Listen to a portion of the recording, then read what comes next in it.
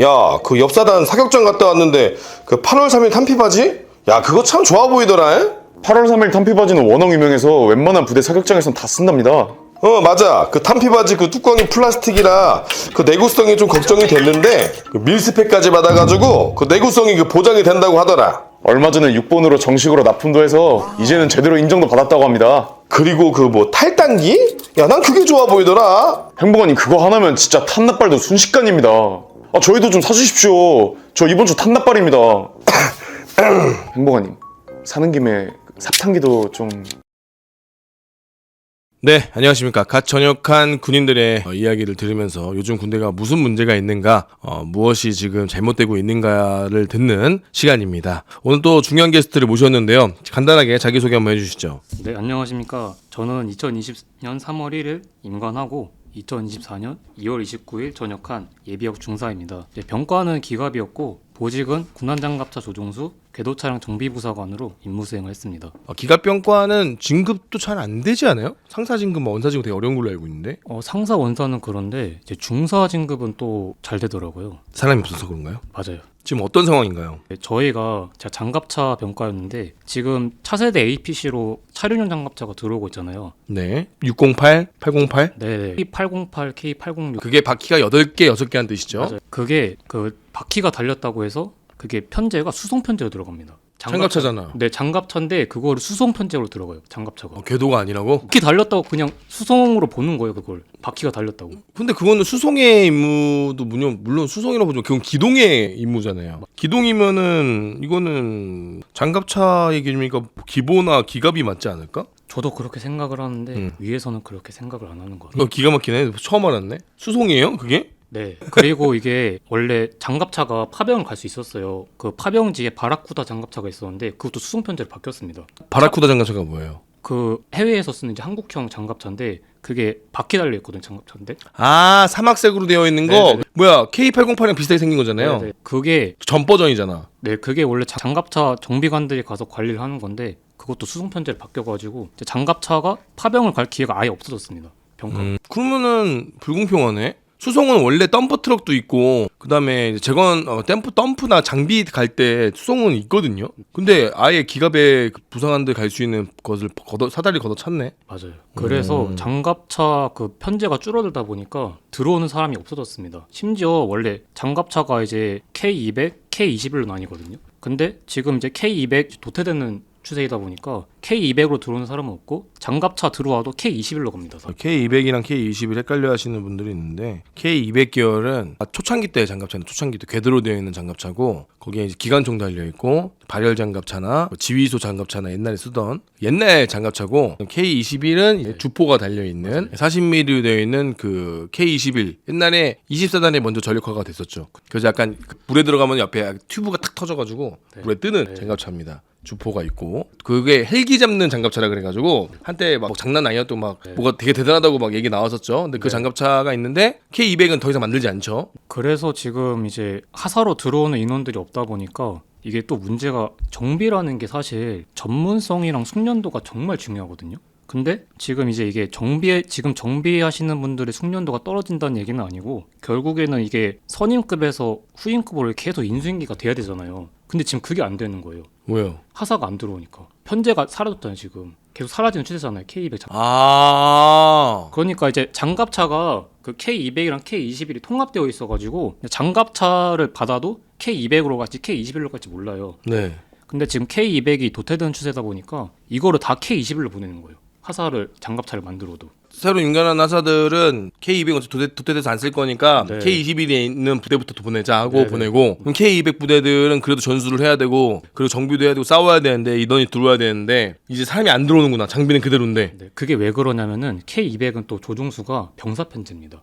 아. K21은 하사 편제. 네네. 그러면은 당연히 위에서 봤을 때 제가 얘를 장갑차로 만들면은 K21로 먼저 우선적으로 보낸다. 운전할 사람이 먼저 필요하니까 네. 여기 거기 병사로 키우면 되니까. 네. 근데 이제 저희는 이제 K200 같은 경우에는 다 이제 정비로 빠지거든요. 그러면은 결국에는 이게 정비가 K200 장갑차를 계속 쓴다고 하면은 결국 인수인계가 돼야 되는데 지금 그것 자체가 안 되는 거죠. 있는 하사도 나가려고 하고 정비반장들이 있어도 육아휴직을 쓰거나 짬중사 정도 되면은 정비반장으로서 임무수행이 가능해집니다. 근데 진급을 해요. 그러면은 진급자교류로 다른 데로 가니까. 근데 이게 또 진급자교류도 되게 문제가 있는 게 저희 부대에서 뭐 예를 들어 진급자교류 상사가 다른 부대로 그러면은 다른 분이 들어오잖아요. 근데 그분이 K21에 있던 부대에서 그러면은 그분은 당연히 K200에 대해서 모를 수밖에 없어요. 옛날에 자기 하사 때. 네. 그지. 그땐 탔겠죠. 그분들도. K21이 전력화된 지가 이제 한 12, 13년 됐을 거예요. 완전히 전력화된 지는. 뭐 15년 좀 안 됐을걸요? 그러면 아ye 모를 수도 있겠구나, 상사들은. 정비를 아예 모릅니다. 아예 모르는 가능성이 있네. 원사들은 알아도. 네, 그러면은 아. 이제 중사나 하사들이 그걸 알려줘야 되는 거예요. 그러면 당연히 정비에 대한 그게 떨어질 수밖에 없는 거죠. 또 노하우 떨어지고. 네. 가뜩이나 K200이 엄청 오래된 장비잖아요. 네. 그러면은 당연히 장비도 전투력이 떨어질 수밖에 없는데 지금 이거 진급자교류 때문에 정비에 대한 전문성도 지금 떨어지고 있는 그런 실정입니다. 그 최소한 진급자교 같은 장비가 있는 곳으로 보내주면 그렇죠. 좋겠네. 근데 공군도 그런데요. 공군들도 갑자기 원래는 없었는데 교류를 하면서 그 정비에 대한 그게 노하우가 떨어진다 하더라고. 네, 지금 그게 좀 많이 심각합니다. 안 그래도 장비 결함도 많은데 정비까지 안 되다 보니까 계속 이제 장비가 뭐 30분만 기동하면 그냥 도로에 퍼지고 막 그래요. 그거를 이제 또 장비를 견인을 해서 갖고 와가지고 또 정비를 하면은 막상 또 원인을 찾아보면은 사소한 문제거든요. 근데 이제 아까 말씀드렸다시피 이제 조종수가 병사 편대잖아요. 그러면 병사들이 이거를 문제를 식별을 해도 정비관들한테 보고를 안 합니다. 귀찮으니까. 아니면은 이제 자기가 혼날까봐. 그러면은 그런 게 계속 쌓이다 보면은 결국엔 큰 문제를 번져요. 그러면은 결국에는 저희 정비관들이 조치할 수 없는 계단의 정비까지 가게 되는 겁니다. 그러면은 창이라는 곳을 보내거든요. 창에 장비를 보내면은 그 대체 장비로 MF 장비를 받는데 문제가 그 MF 장비로 들어온 장비들이 그 이전에 있던 장비보다 더 쓰레기예요. 창정비의 개념은 이제 뭐냐면은 시청자분들 모를 수가 있으니까 일반 부대에서 웬만한 정비를 하는데 우리가 정비할 수 있는 범위를 넘었으면은 이제 기계로 치면 AS 센터를 보내듯이 그러니까 정비소 차량을 정비소에 보내듯이 정비를 전문으로 하는 창정비라는 이런 전담으로 하는 그런 부대에다가 보냅니다. 네. 그럼 아까 MF라는 장비가 그걸 대체할 수 있는 약간 렌트카 같은 개념이에요. 네, 차를 맞아요. 맡기면 렌트차를 주잖아요. 네, 네. 근데 그게 또 똥차라 똥장비가 온다는 거죠. 잠깐 그 쓰는 게. 네, 근데 그게 잠깐 쓰는 게 아니고 이것도 뭐 짧으면 3개월인데 길면은 1년 반까지도 걸리는 경우가 있어요. 정비 가면은. 그러면은 그때만 또 정비관분 또 죽어 나가는 거예요. 똥장비 좀 자기들이 또 고쳐야 되는 거고. 네. 네. 또 그 똥차가 또 잘못되면 또 자기를 탓이고 또 자기가 선방시 맞아야 되고 그런 문제가 지금 계속 생겨 나니까 결국엔 하사들이 장기를 안 하고 중사 상사들도 병가 전환해서 어떻게 나가려고 합니다. 네, 지금 그런 실정입니다. 지금 얼마나 인원이 없어요? 원래 이제 각 중대에 정비관들이 보통 3명이 있어요. 정비반장, 정비관, 군안조종수 이렇게 있는데 지금 심한 데는 그냥 군안조종수 하사 하나 있는 데도 있고요. 네. 실제로 제가 있었던 부대가 그랬었어요. 그럼 어떻게 정비 어떻게 해? 그래서 이제 본부에 있는 그 짬 있는 정비관들이 그 전투중대 정비를 해주는 거예요. 대신 와서 보통은 거의 한두 명? 10대 이상의 장비들을 지금 관리를 하고 있다고. 원래 몇 명이서 해야 되는데? 원래는 3명이서 해야 돼. 3명이서 해야 되는데 거의 뭐 30%가 아예 없고 시작하는 거네요. 무조건 3명 있는 부대는 아예 없고 있는 데도 있는데 없는 데가 더 많다는 거죠. 훨씬 더 많고 네. 한 명 심지어 한 명 있는 데도 있고. 네. 그러면 이제 사람이 없잖아요. 네. 그럼 훈련 나갈 때 어떻게 해요? 훈련 나갔을 때는 예를 들어 뭐 이중대 장비가 한 대 퍼졌다. 그러면은 본부에 있는 정비관들이 가서 정비를 해줘야 됩니다. 본부 정비관들 같은 경우에는 이제 훈련 나가서 주 임무가 전투중대 장비가 퍼지면은 가서 부속을 전달을 해준다던가 아니면은 장비를 이제 그걸 견인을 해가지고 와서 이제 같이 봐주는 역할인데 정비관들이 전투중대를 파견을 나가면은 그게 원활하게 임무 수행이 안 됩니다. 그러면 예를 들어 2개 중대에서 장비가 한 대씩 퍼졌어요. 그러면은 가뜩이나 본부 정비관들도 없는데 본부 정비관들이 또 거기 가서 또 정비를 해줘야 되는 그런 실정인 거죠. 그리고 제가 이제 수송 편제에 관해서 좀 할 얘기가 좀 많아요. 수송이 작년까지는 편제가 수송관, 차량 정비관 이렇게 2명이었는데 이 차량 정비관 편제가 임기제 부사관 편제로 바뀌었습니다. 그래서 운전병이나 차량 정비병이 임기제 부사관을 안 하면은 사실상 수송관 혼자서 대대에 있는 모든 차량을 다 관리를 해야 되는 거예요. 임기제 부사관으로 하면 임기제 부사관이 안 들어올 가능성이 있잖아요. 그럼 부제로 가는 거예요? 네, 그래서 제가 전역하기 전에 수송부에서 일을 했던 이유가 그것 때문입니다. 그럼 수송관이 혼자서 관리를 하잖아요. 근데 운전병들도 없어요. 그러면은 결국엔 수송관이 혼자서 모든 차량의 정비를 다 하고 근데 만약에 수송관이 휴가를 가거나 아니면은 뭐 중급반, 고급반을 가야 된다. 그럼 어떻게 해요? 보병 중상상급들이 와가지고 수송관 임무 수행을 하는 겁니다. 그러면은 그분들이 뭐 임무 수행을 잘 하시는 분들도 있겠지만 어쨌든 간에 수송 주특기가 아니시잖아요. 뭐 그분들이 뭐 군안차로 운전할 수 있는 것도 아니고 차 뭐 부속에 대해서 아는 것도 아닌데 만약에 뭐 와서 뭐 하는 게 결국에는 배차 뭐 아니면은 운전병들 관리 이런 거밖에 없는데 예를 들어 만약 차가 나중에 또 퍼졌어요. 근데 그거를 군안차 가서 견인을 해야 돼요. 근데 군안차를 운영할 수 있는 사람이 없는 거예요. 수송관이 없으면. 이게 원래는 차량 정비관이 있었으면은 2명이 번갈아 가면서 하면 되거든요. 근데 지금 차량 정비관이 임기재 부사관 편제를 바뀌어가지고 사실상 수송관 혼자서 그걸 다 해야 되는 그런 실정인 거죠. 훈련을 나갔어. 네. 나가서 기동하거나 이제 작전을 펼칠 때는 문제가 없어요?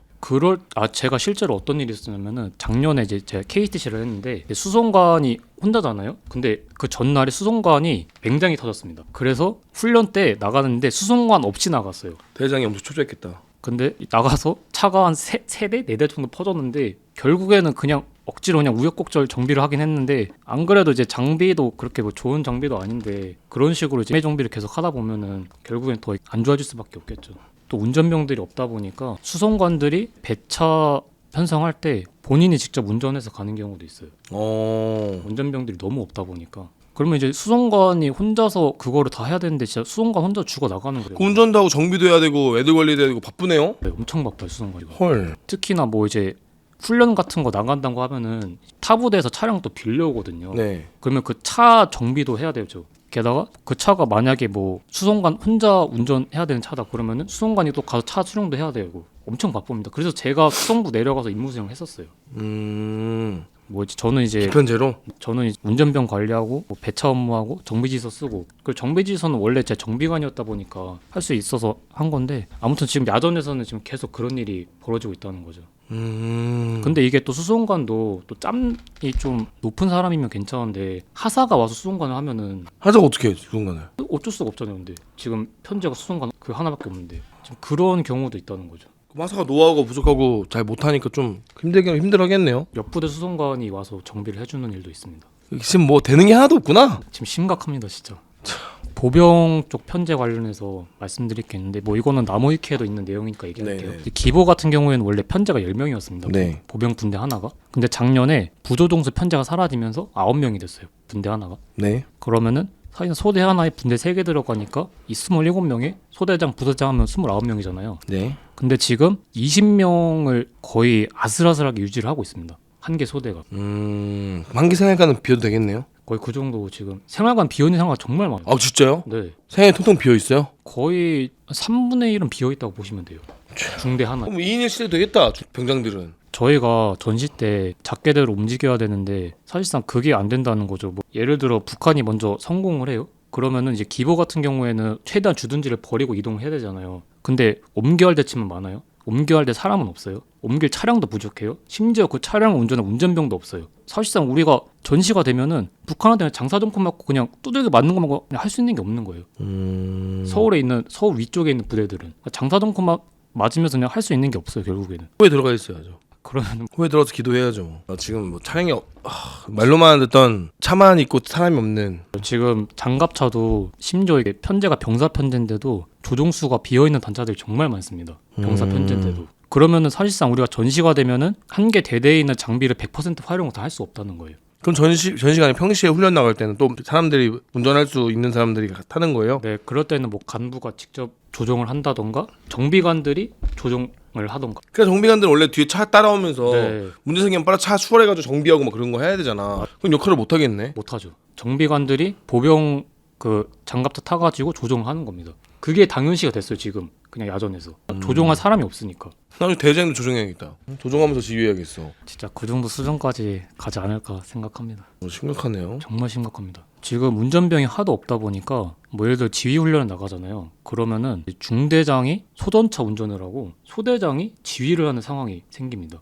이게 무슨 소리야? 중대장이 직접 운전 면허가 있어서 소전차 운전을 할 수가 있어요. 수전차가 뭐예요? 그 소형 전술 차량이라고 아. 그 이번에 새로 한비 알아요. 그거를 중대장이 운전을 하고 소대장이 그 옆에 선탑을 해서 지휘를 합니다. 소형 전술 차량이 험비인데 그 레토나라 생각하지 말고 레토나가 벌크업한 네네. 레토나가 약간 약 먹고 엄청나게 벌크업한 약간 보디빌더 된 그런 차량 느낌이라고 보시면 돼요. 네. 튼튼하죠. 지금 그런 상황입니다. 그러니까 중대장은 군생활 좀 오래 했으니까 면허도 따고 네. 미리미리 해놨는데 소대장은 따지도 않고 모르니까 소대장한테 시키기 좀 그러니까 중대장이 직접 운전을 하고 그 중대장이 운전하는 동안 지휘를 못하니 소대장이 대신한다. 저번에 포병 얘기 나왔는데 비슷하네요. 네, 행보관들은 두돈만 직접 운전을 하고 중대장이 소전차 직접 운전을 합니다. 직접 운전할 수 있는 간부가 없으면 중대. 근데 지금 전시라고 보면은 그 많은 거 어떻게 다 가져갈 거야? 사람도 없는데. 맞아요. 그건 좀 줄여야 되는 거 아니에요?